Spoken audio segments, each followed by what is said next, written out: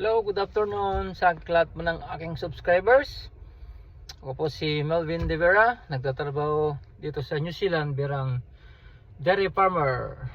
So yun, maraming salamat sa lahat po ng nag-subscribes. At sa mga magsusubscribe pa po, marami pong salamat sa suporta na pag-subscribe po sa aking maliit na YouTube channel. So bago pa lang mga ka-farmers, so nagsisimula pa lang.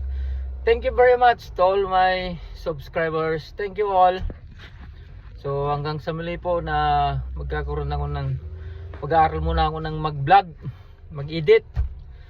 Kasi mahirap yun. Antabayan nyo lang po yung bagong i-upload ko. So maraming salamat sa aking subscriber. So ingat, God bless.